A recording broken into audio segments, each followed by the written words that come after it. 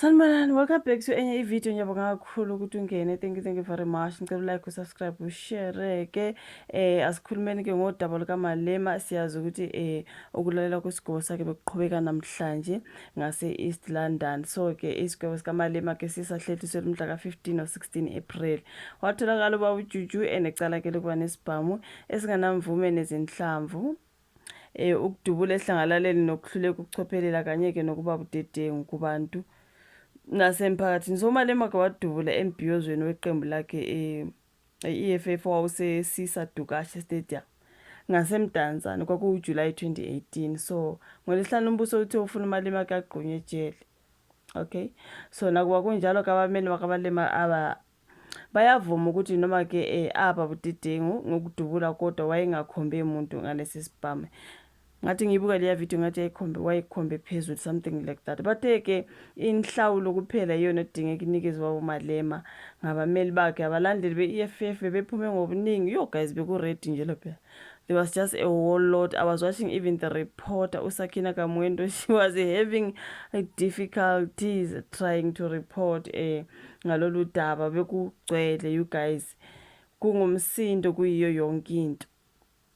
So ukuthi abalandeli be-EFF bephume ngobuningi ke ukuyothamela ke leli cala. Abaholi be-EFF begqoke nje izikipa zabo ezibhalwe ukuthi akuhlukwane ke no-CIC. Okay, now iningi labo bechapha ngenhlambi i-AfriForum, umengameli wase-USA uDonald Trump nomongameli wakuleli Ramaphosa.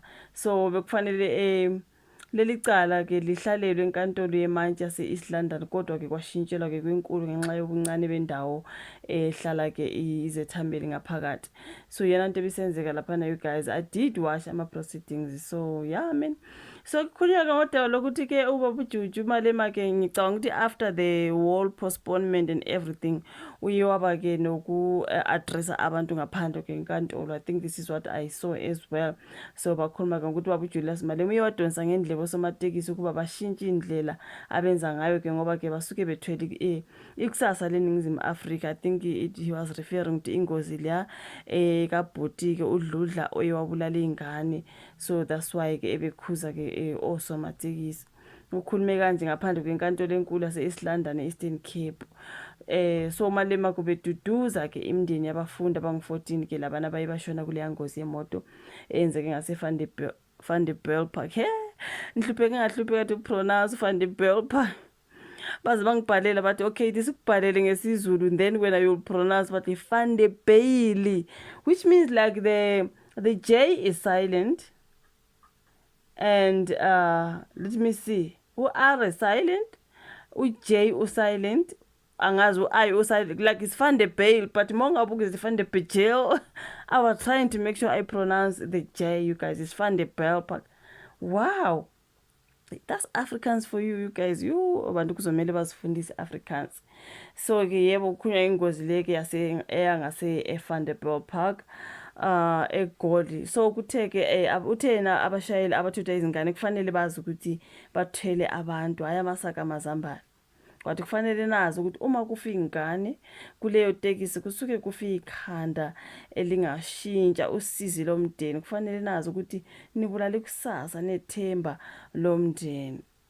Utheke lengozi beyingagwemeka. Wagqugquzela nabalandeli be-EFF ukuba ke bangaphela amandla noma ngabe isinqumo semanje sithini, kodwa ningaphela amandla. Uthi i-EFF inhlangano ethwele amathemba abantu, uthi noma kungenzekani kuyena kodwa akasoza athobela abantu abamhlophe.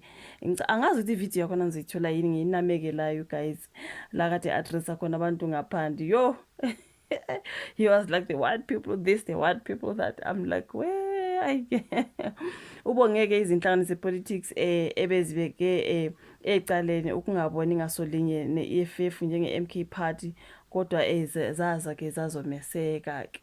So yeah man, sokulalelwa kwesigwebo sakhe guys kwahlehliselwa umhla ka-15 no-16 April. Hayi uyo-addressa ke you guys abantu ngaphandle kwenkantolo laphana is a whole lot. Mhlambe ngizathola a short clip esengiyayinameka lana uzizwele ukuthi after the whole postponement of his pre-sentencing u-address abantu kanjani ngaphandle kwenkantolo. Ngizoyithola iclip bese ngiyayinameka lana uzimamelela. Abantu banokuthi why ukhuluma ungasinikeza ivideo? Guys, kunemithetho ka-YouTube. I cannot just bring a video ethethwe ngomunye umuntu, i-content yomunye umuntu ngiyinameke lana ngibe ngingasasho lutho.